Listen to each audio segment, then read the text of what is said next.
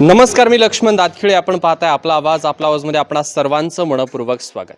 आपण पाहतो आहोत की सध्या महाराष्ट्र विधानसभेची निवडणूक सुरू आहे. आज 2 तारीख आहे आणि 2 दिवसाच्या नंतर 4 नोव्हेंबरला अर्ज माघारी घेण्याचा दिवस आहे. आणि खऱ्या अर्थानं 4 नोव्हेंबर नंतर खरी लढत कोणामध्ये होणार आहे हे निश्चित होणार आहे. परंतु आंबेगाव शिरूर विधानसभा मतदारसंघ हा असा मतदारसंघ आहे कारण की या मतदारसंघामध्ये राज्याचे सहकार मंत्री दिलीपरावजी वळसे पाटील विरुद्ध देवदत्त निकम असा सामना रंगणार आहे. खरं तर गुरु शिष्याचा हा सामना असल्यानं संपूर्ण राज्याचं लक्ष या आंबेगाव शिरूर विधानसभा मतदारसंघाकडे लागलेलं आहे. खरं तर आंबेगाव शिरूरचं हे मैदान नेमकं कोण मारणार, गुरु की शिष्य, हे पाहणं अतिशय महत्त्वाचं आहे. वेगवेगळे राजकीय विश्लेषक आपला अंदाज बांधताय, परंतु सर्वसामान्य जनता जी आहे, जे मतदार आहेत, त्यांचा नेमका कल काय, त्यांचं नेमकं मत काय आहे हे जाणून घेण्यासाठी आज आपण आंबेगाव तालुक्यातील मंचर नजीक असलेल्या मुळेवाडी गावामध्ये आलेलो आहोत. माझ्यासोबत काही ज्येष्ठ नागरिक आहेत, त्यांच्याशी आपण संवाद साधणार आहे. दादा नमस्कार. नमस्कार. नाव काय? विठ्ठल थोरात. थोरात. ह्या आंबेगाव शिरूर मतदारसंघामध्ये कोणाचं वारं वाहत आहे, काय सांगा? आता गुरुचं वारणार, शिष्य कमीच पडणार ना. हे असं आहे ना. गुरु म्हणजे वळसे पाटील. बाकी कोण आहे? काय कारण काय असू शकतं? कारण आता विकास कामं केली, कोरेज काढलं, हे जिंब्याचं उजवा कानाचं काम काढलं, तुमचं आपलं काय नाही दवाखाना, उपजिल्हा रुग्णालय. रोड ह्याचे सगळे झाले, गावाचा विकास झाला. बाकी काय? खरं तर तुमचं वय पाहता तुम्हाला या आधीच्या बऱ्याच विधानसभा निवडणुकांचा अनुभव असेल. तुम्ही दत्तात्रय वळसे पाटील साहेब त्यांच्या निवडणुका पाहिलेल्या असतील, त्याच्यानंतरही बरेच ज्या निवडणुका त्या पाहिलेल्या. 90 सालाला यांच्यासाठी आम्ही तिकडे गेलो होतो मुंबईमध्ये तिकीट मागायला.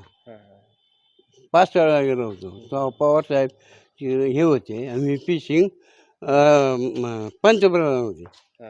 त्याच्या आम्हापासून आम्ही आहे.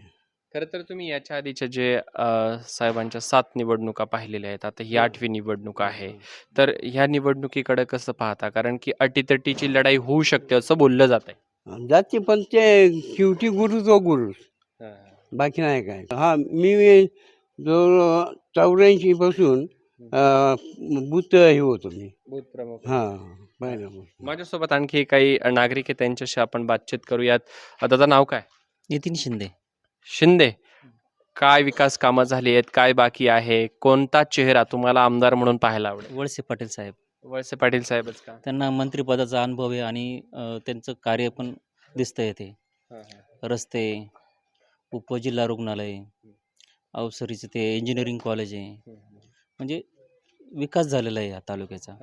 आपल्या या जो काही आंबेगाव शिरूर विधानसभा मतदारसंघ आहे, याच्यामध्ये प्रामुख्याने वळसे पाटील साहेब विरुद्ध देवदत्त निकम असा सामना रंगणार आहे. ज्यांनी कोणी अपक्ष उमेदवारी दाखल करण्याचा निर्णय घेतलेला होता, जे काही म्हणजे रमेश येवले असतील, सुरेश भोर असतील किंवा इतर कोणी असतील. आता रमेश येवले तर म्हटले की मी अर्ज भरणार नाही आहेत. मग प्रमुख लढत ही दोघांमध्ये होणार आहे, तर कसा सामना होऊ शकतो? एकतर्फी सामना होऊ शकतो. वळसे पाटील साहेब आहेत. पण राज्यामध्ये जे काही पक्षफुटीचं राजकारण झालं, त्याचा परिणाम होईल की नाही? नाही, त्याचा परिणाम नाही होणार, कारण जे कार्य केलेले आहे त्याच्यावरतीच निवडून येणार ते. काका, पवार साहेबांना सोडल्याच्या नंतर राज्यामध्ये अशी एक भावनिकतेची लाट आहे की जे आमदार सोडून गेले त्यांचा पराभव होऊ शकतो असंही बोललं जात आहे. तर ह्या गोष्टीकडे तुम्ही कसं पाहता? लोक विकासाला प्राधान्य देतील की सहानुभूतीच्या लाटेकडे वळतील, काय वाटतं? प्राधान्य विकासाला द्यायला पाहिजे.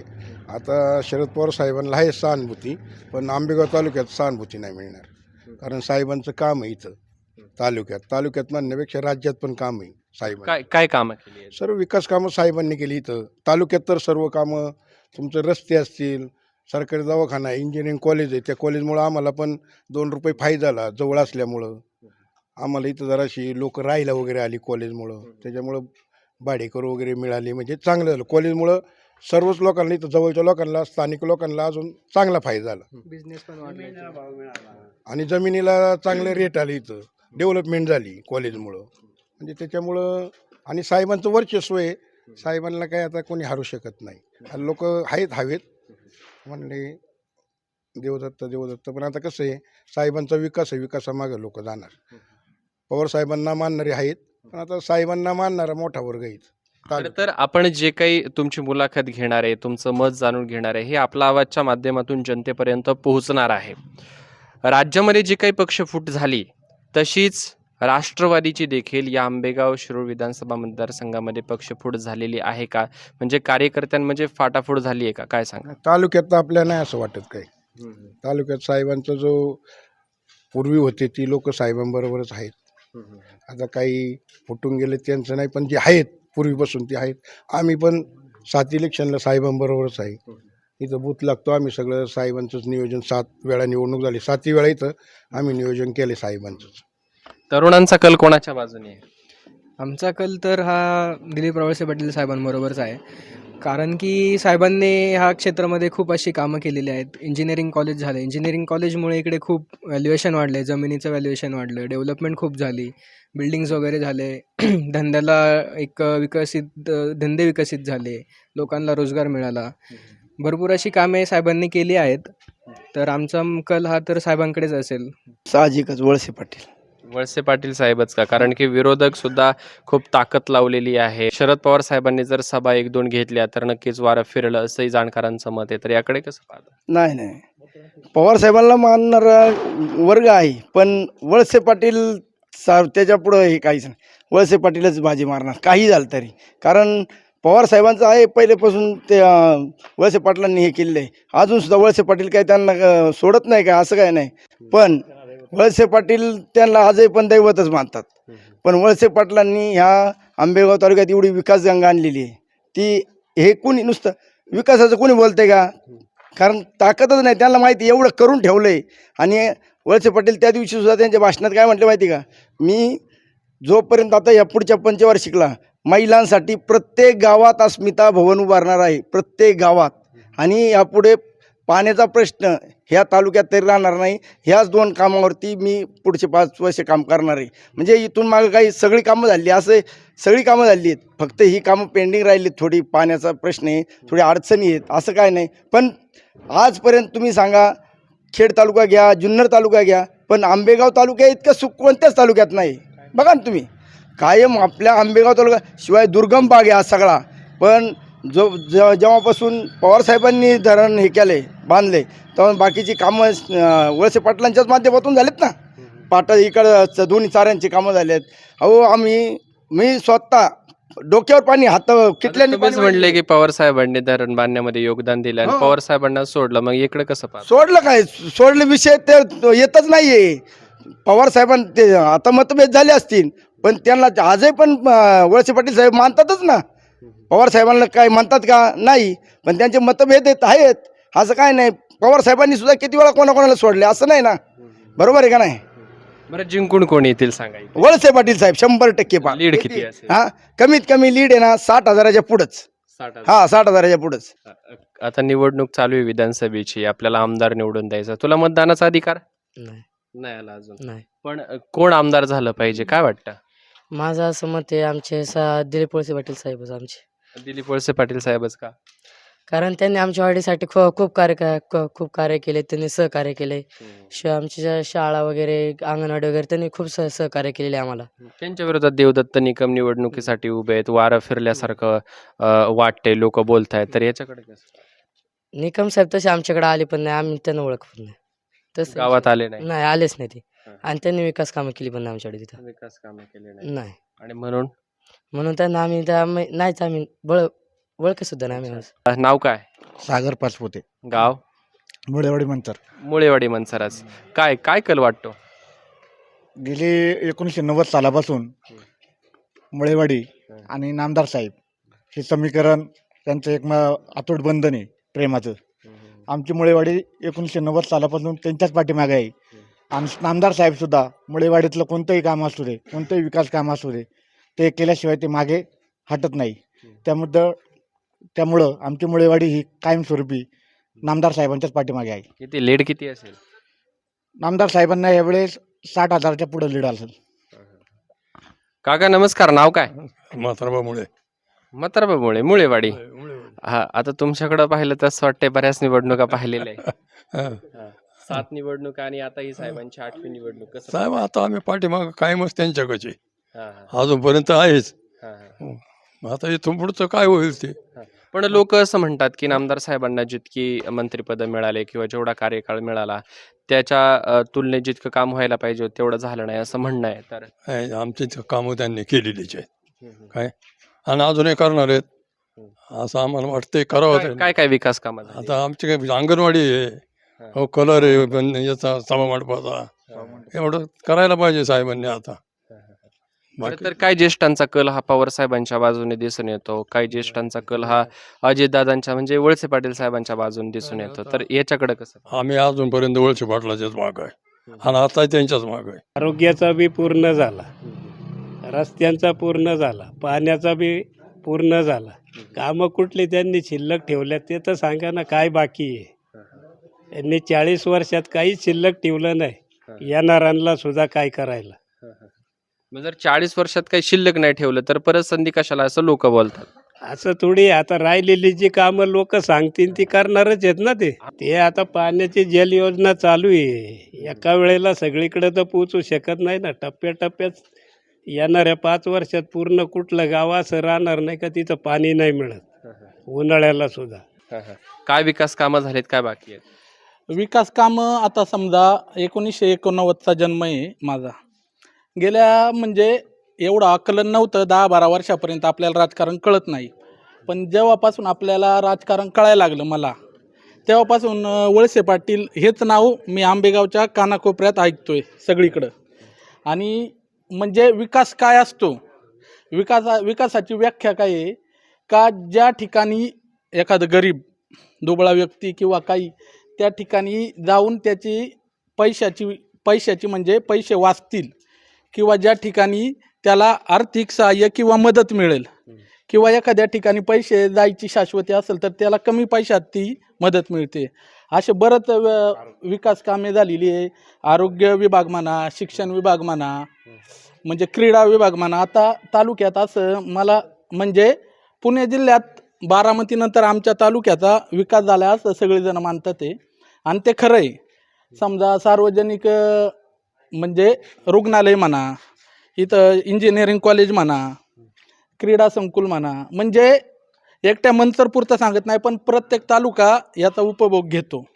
आता समजा विरोधी पक्षाचा अजेंडा काय आहे बा, आता विरोधी पक्षाचा उमेदवार फक्त वळसे पाटलांवर टीका हेच विजन आहे. त्यांनी विकासाच्या विजनवर आतापर्यंत कुठं बोलताना तुम्हाला आढळले का? विरोधकांचं असं म्हणणं आहे की आपल्या या मतदारसंघामध्ये मेडिकल कॉलेज असणं गरजेचं होतं. मेडिकल शिक्षणासाठी आपले जे विद्यार्थी आहेत तालुक्यातले त्यांना जुन्नरला जावं लागतं, पुण्याला जावं लागतं, नाशिकला जावं लागतं, मग इतरत्र जावं लागतं. तर मग आपल्याच तालुक्यामध्ये मेडिकल कॉलेज का नाही? दुसरी गोष्ट अशी की मुलं शिकतात, डिग्री हातात येते, पण त्यांच्या रोजगाराचा प्रश्न सुटलेला नाही. मी याच्याकडे कसं? नाही, आता समजा आपण इंजिनिअरिंग कॉलेजचं उदाहरण घेऊ. आता 2008-09 पासून इंजिनिअरिंग कॉलेज चालू झालं. तेव्हापासून वर्षाला मी म्हणतो 200 विद्यार्थी, 300 विद्यार्थी इंजिनियर होऊन बाहेर पडतात. ते मग ते आतापर्यंत काय बेरोजगारच बसलेत का? आकडा जास्त असू शकतो. जास्त असू शकतो, पण आता समजा मागच्या सर्वेनुसार 6,000 इंजिनियर कॉलेजच्या बाहेर पडलेत. मग ते बेरोजगार असतील का?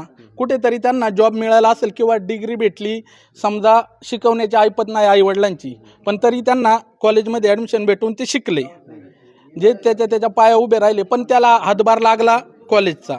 म्हणजे काही ना काही विकास आज झालेलाच आहे ना. आपण समजा मेडिकल कॉलेजचं म्हणतो, मेडिकल कॉलेजचे काहीतरी पाठपुरावा काहीतरी करण्यात अपयश आलं असेल किंवा पाठपुरावा करणे बाकी असेल, अजूनही पुढच्या 5 वर्षात काही होऊ शकतं. मेडिकल कॉलेज काय त्यापेक्षा मोठासुद्धा विकास कामं इथं येऊ शकतात. आता ऐका ना, समजा विषय आपण दुसरा घेऊ.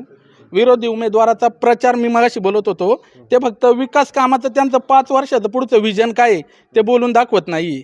तसं तुम्ही वळसे पाटलांचा प्रचार पहा, ते फक्त विकासावर बोलतात.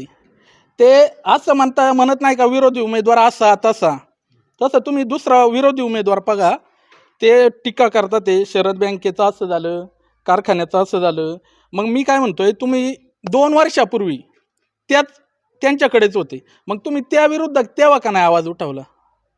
तुम्ही 2 वर्षावर विरोधी भूमिका घेतली म्हणून आवाज उठवला, ठीक आहे. बरं, राहिला प्रश्न, म्हणतात का पवार साहेबांना सोडलं. पवार साहेबांना सोडलं, समजा साहेबांनी भूमिका घेतली जून 2023ला, वेगळी भूमिका. मग त्याच्या अगोदर वर्षभर तुम्ही वेगळी भूमिका घेतली होती, तुम्ही सुद्धा साहेबांना सोडलं होतं का नाही? मग तुम्ही म्हणता का एवढी मंत्रिपदं भोगली, पवार साहेबांनी दिलं, असं तसं. बरं, हे सर्वांना माहिती आहे. मग तुम्ही सुद्धा विविध पदांचा उपभोग घेतला. तुम्ही तर त्यांच्या अगोदर वर्षभर सोडलेलं आहे साहेबांना. मग तुम्ही सुद्धा त्या कॅटेगरीत बसत नाही का? आहे की नाही? मग तुम्ही समजा पुढच्याला असं म्हणता साहेबांनी भूमिका वेगळी घेतली, असं करायला नव्हतं लागत, तुम्हाला पदं भेटली, पण तुम्हाला भेटलीच आहे ना पदं. मग तुम्ही सुद्धा त्या पदांचा त्या काळात गैरवापर केला नसेल, असं कशावरून? असं आहे ना. आता समजा विकासाचं विजन झालं.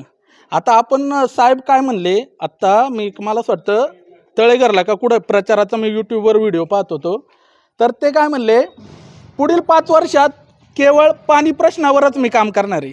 मी म्हणतो तो माळसाकांत प्रकल्प असेल, कळमोडी प्रकल्प असेल, म्हणजे पुढं काहीतरी विजन आहे म्हणून ते बोलतात ते विकासाच्या मुद्द्यावर. म्हणून माझं एवढंच म्हणणे आहे, लोकांनी आहे ना विरोधी उमेदवाराच्या प्रचारावरून भावनेचा मुद्दा होईल त्यावर विश्वास ठेवू नये. फक्त केवळ विकास आणि विकासाकडेच पाहावे. मी म्हणतो, समजा काही योजना अपूर्ण राहिल्या असतील, प्रत्येक योजनेला लगेच सक्सेस होतं किंवा सफलता भेटते असं नाही. प्रत्येक योजनेला काहीतरी आडकाठी असते, प्रत्येक योजनेला समस्या असतात. त्या समस्या बाजूला घेऊन दूर करायला लागतात, तेव्हा ती समस्या पूर्ण होते. मग होतील अजून, समजा तुम्ही म्हणण्याप्रमाणे मेडिकल कॉलेजचं असेल, काही म्हणतात ते काही पाणी योजना आल्या पण आमच्यापर्यंत पाणी आलं नाही, मान्य आहे. पण ज्या 1990च्या अगोदरचा आंबेगाव तालुका आणि आत्ताच आंबेगाव तालुका यात आहे ना जमीन आसमानचा फरक आहे. तुम्ही तुम्ही सुद्धा पाहू शकता. एवढंच म्हणणे आहे, फक्त लोकांनी भूलथापांना बळी न पडता केवळ विकासाच्या मुद्द्यावर साहेबांना साथ द्यावी. आता आपण आंबेगाव तालुक्यातील मनसर येथील कृषी उत्पन्न बाजार समितीच्या आवारामध्ये आहोत. माझ्यासोबत काही व्यापारी आहेत, काही आडतदार आहेत, त्यांच्याशी आपण बातचीत करणार आहोत. आणि आंबेगाव तालुक्यातील जनतेचा कल नेमका कोणाच्या बाजूनी आहे? देवदत्त निकम यांच्या बाजूनी आहे की विद्यमान सहकार मंत्री असलेले दिलीपरावजी वळसे पाटील साहेब यांच्या बाजूनी आहे? हे जाणून घेण्याचा प्रयत्न करणार आहे. नाव काय? Nitin Thorat, Mansar BT company. आता विधानसभेची निवडणूक सुरू आहे. आपल्याला लोकप्रतिनिधी निवडून द्यायचा आहे, विधानसभेमध्ये पाठवायचा आहे आंबेगाव शिरूर विधानसभेचं नेतृत्व करण्यासाठी. जर नेतृत्व तुम्हाला निवडायचं आहे तर मग कोणत्या पद्धतीच्या उमेदवाराला तुम्ही निवडणं पसंत कराल? आतापर्यंतचं सर जर इतिहास पाहिला तर आपल्या आंबेगाव तालुक्यामध्ये सन्माननीय दिलीपरावजी वळसे पाटील साहेब यांनी आत्तापर्यंत केलेला या आमच्या तालुक्याचा आणि ज्यावेळी महाराष्ट्राच्या राजकारणामध्ये त्यांना मंत्री म्हणून ज्यावेळी संधी मिळाली त्यावेळी त्यांनी महाराष्ट्रामध्ये केलेल्या कामाचा आराखडा पाहता याही वेळी आमची आंबेगावकर जनता निश्चितपणे साहेबांच्या पाठीमागे उभे राहील असं मला वाटतं. काय असतं साहेब माहिती आहे का, ज्यावेळी थोडासा विरोध तयार होतो किंवा नवीन नवीन तरुण सहकाऱ्यांना ज्यावेळी आपणसुद्धा राजकारणामध्ये येऊन काहीतरी करावं असं ज्यावेळेला वाटतं त्यावेळेस चर्चेतनं परिवर्तन घडावं असं त्यांचं मत असतं. परंतु आम जनतेला असं वाटतं की जर हा विकास वाऱ्याच्या वेगानं होत असेल तर परिवर्तन का हवं? मला सांगा, एखादा कुटुंबामध्ये जर एक कुटुंब प्रमुख आपलं कुटुंब जर उत्तम चालवत असेल तर लगेच पाठीमागून येणाऱ्या पिढीने कुटुंब प्रमुख मला करावं असं करणं मला अयोग्य वाटतं. एका राष्ट्रवादीच्या 2 राष्ट्रवादी झालेल्या आहेत. एक दादांची राष्ट्रवादी आणि एक साहेबांची राष्ट्रवादी. वळसे पाटील साहेब आता दादांच्या राष्ट्रवादीसोबत आहेत आणि त्यांचे शिष्य असलेले देवदत्त निकम हे साहेबांच्या राष्ट्रवादीसोबत आहे. आंबेगाव तालुक्याकडे संपूर्ण राज्याचं लक्ष लागलं आहे. कशी लढत असेल? लढत ही एकतर्फी होणार. दिलीपराव वळसे पाटील प्रचंड बहुमताने विजय होतील. काय होतं साहेब, हे पहा, ही सोसायटी किंवा ग्रामपंचायत निवडणूक नाही. असेल कदाचित नजर चुकीने साहेबांच्यापर्यंत ज्या काही पुढाऱ्यांचं असेल, आमच्या सहकाऱ्यांचं असेल, म्हणणं तिथपर्यंत पोचलं नसेल तर त्याबद्दल त्यांची नाराजी निश्चित असेल. परंतु यासाठी नेतृत्वच बदलावं हा पर्याय नाही. माझ्या मते एखाद्या दिवशी वळसे पाटील साहेब त्यांची नाराजी दूर करतील. परंतु ज्या ठिकाणी त्यांना किंवा आम जनतेला असं वाटतं की साहेबांच्या नंतरची जी फळी आहे त्यांच्यावर आमची नाराजी आहे, तर ती नाराजी ज्यावेळी ते स्वतः उभे राहतील त्यावेळी तुम्ही त्यांच्याशी चर्चा करा किंवा तुमच्या मतदानामधून त्यांची नाराजी तुम्ही दाखवा असं मला वाटतं. परंतु आपल्या जर आंबेगाव तालुक्यामधील नेतृत्वावर जर नाराजी नसेल तर आजचं मतदान हे आपण त्या नेतृत्वाला करणार आहोत याचं समाजाने भान ठेवावं आणि निश्चितपणे दिलीपराव वळसे पाटील साहेबांच्या पाठीमागं आपल्या मतदानानं भक्कमपणे उभं राहावं असं मला वाटतं. वळसे पाटीलच येतील, 100% येतील. किती लीड असेल? लीडचं सांगू शकत नाही, पण पूर्णपणे आमचा पाठिंबा वळसे पाटलांनाच असेल. बरं, वळसे पाटील साहेबच निवडून येतील हा तुम्हाला विश्वास वाटतो? त्याची काय कारणं आहेत ना. साहेबांनी 35 वर्ष भरपूर विकास केलेला आहे. लोकांचं म्हणणं असं आहे, समजा समोरचा उमेदवार आहे, साहेब सर्वसामान्याला वेळ देऊ ज्यावेळेस मंत्रिपद असेल, ज्यावेळेस आमदारकी केंद्राच्या काही जबाबदाऱ्या असतील, तर एवढा मोठा माणूस खाली सर्वसामान्य लोकांच्या दसक्रिया माहिती करू शकत नाही. लोकांची नाराजी तिथं होतीये, ही बाब आमच्या दृष्टीने चुकीची. ठीक आहे, साहेब जर केंद्रात काम करतात, मंत्रिपद आहे, आमदारकी आहे, तर त्यांना वरून कामं आणायची, सगळ्या गोष्टी करायच्यात, तालुक्यासाठी करायच्यात. तालुक्यासाठी करणारा माणूस खाली थांबून तुमच्या दसक्रिया माहिती लग्न अटेंड करू शकत नाही आमच्या माहितीनुसार.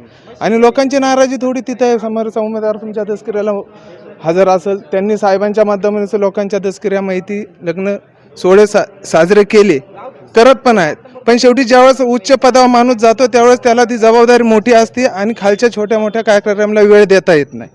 आणि त्याच्यामुळे थोडीफार समाजाची नाराजी का साहेब आमच्या माहितीला नाही आले, साहेब आमच्या दसक्रियेला नाही आले, ह्या छोटी मोठी थोडी नाराजी आहे लोकांची, पण ते पण साहेब ते दूर करतील असा आमचा विश्वास आहे. खरं तर या कृषी उत्पन्न बाजार समिती मनसरच्या आवारामध्ये भाजी मार्केट सुरू होतं, काही कारणाने ते बंद झालं. आता काही लोकांकडून असं बोललं जात आहे की व्यापाऱ्यांना ज्या काही 10 जोड्या द्याव्या लागत होत्या त्याला निकमांनी विरोध केला, पण व्यापारी असं म्हणतात की ते चालू राहिलं पाहिजे, म्हणून इथलं मार्केट हे नारायणगावला गेलं. या मुद्द्यावर तुम्हाला काय वाटतं? मुद्दा असा आहे साहेब, सरकार सुद्धा चालतं आणि त्याला दोन्ही चाकं बरोबर चालली तर सरकार चाललं जातं. बाजार समिती चालतीये, बाजार समिती चालतीये, धनामिती येत होतीये. व्यापारी ज्यावेळेस समजा माल घ्यायला येतो त्याला पण थोडाफार काही सपोर्ट असतो, 100रातली 5 जोडी त्याला पण फेकून द्यायला लागते. घटतूट असते, व्यापाऱ्याला पण पूर्णपणे असते. आणि ज्यावेळेस व्यापाऱ्याची तुमची 100% 5 जोडी तुमचे बंद, तो व्यापारी ऑटोमॅटिक डायव्हर्ट नारंगावला झाला.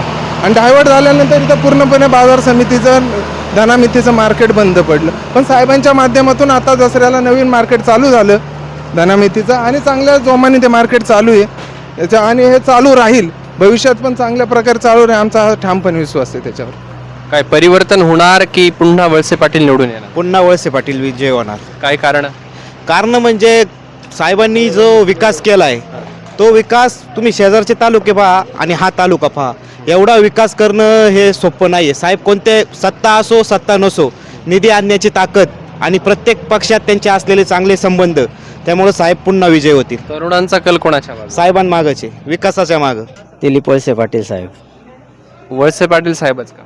वळसे पाटील साहेबांनी केलेला कामाचा विकास पाहता बाकी कोणी जरी उभं राहिलं आणि जरी हा उमेदवार जरी समोरचा असला तो पण वळसे पाटील साहेबांच्या माध्यमातूनच तयार होऊन गेलेला उमेदवार आहे. त्याच्यामुळं वळसे पाटील साहेबांपुढे त्याचा टिकाव लागणार नाही. वळसे पाटील हे प्रचंड बहुमताने विजय होते. पण साहेबांवरती विरोधकांकडून असाही आरोप केला जातो, टीका केली जाते की साहेबांनी त्यांच्या कार्यकाळामध्ये काही विशिष्ट लोकांना जवळ केलं आणि त्यांनाच मोठं केलं आणि जे काही कॉमन मॅन आहेत किंवा सर्वसामान्य जनता आहेत हे त्यांच्या त्या विकासापासून दूर लागलेले आहेत. मग याच्याकडे कसं पाहता? हे जे बोललं जातं समाजामध्ये हे चुकीचा समज आहे. साहेब सर्वांसाठी सर्वांपुढे व्यवस्थित बोलतात, सर्वांसाठी खुले आहेत. ही जी माहिती पसरवली जाते ही चुकीची माहिती पसरवली. अशी भागातील पाण्याचा प्रश्न देखील साहेब त्वरित मार्गी लावणार आहे. इतर गावांमध्ये पाहता आम्ही निगोटवाडीचे ग्रामस्थ आहे. आमच्या गावाची परिस्थितीसुद्धा अत्यंत हलाखीची होती. आमच्या गावातसुद्धा बाया डोक्यावर हांड्याने पाणी, आम्हीसुद्धा पाणी वाहिलेलं आहे. परंतु आज आमच्या निगोटवाडीचा एवढा मोठा कायापालट झालेला आहे. 24 तास पाणी. आता नवीन 5 कोटीची जलजीवनची स्कीमसुद्धा मंजूर झालेली आहे. ती साहेबांच्याच माध्यमातून मंजूर झालेली आहे. पहिली पण मंजूर आहे. जी काही कामं होतात ती सर्व कामं साहेबांच्याच माध्यमातून होतात. दुसरी कोणीही आस्थागायत केलेली नाही आमच्या तालुक्यामध्ये. ह्या निवडणुकीमध्ये गुरु शिष्यावर भारी पडणार की शिष्य गुरुवर भारी पडणार? असं काही नाही आहे साहेब. काम बोलते. गुरु शिष्याचा इथं विषय नाही आहे. कामाच्या पाठीमागं, विकासाच्या पाठीमागं सर्व जनता निश्चित साहेबांच्या पुढं पाठीमागं ह्याही वर्षी राहील आणि पुढे पण राहील भविष्यात. पक्षफुटीचा काय परिणाम होईल? नाही होणार, आंबेगाव तालुक्यात तरी नाही होणार. पण आता ही जी काही निवडणूक आहे ही साहेबांची 8वी निवडणूक आहे. याच्या आधी 7 निवडणुका झाल्या, आधीच्या 7 निवडणुका आणि आताची ही 8वी निवडणूक, याच्याकडे तुम्ही कसं पाहता? एक प्रामाणिक मत काय तुमचं? ह्याच्याकडं पाठीमागे ज्या 7 निवडणुका झाल्या त्याच पद्धतीने आम्ही पाहतो. याच्या पाठीमागं पण साहेबांना अनेक निष्ठावान कार्यकर्ते सोडून गेले, साहेबांच्या विरोधात उभे राहिले. त्यांचा देखील टिकाव या पाठीमागच्या काळात देखील लागला नाही.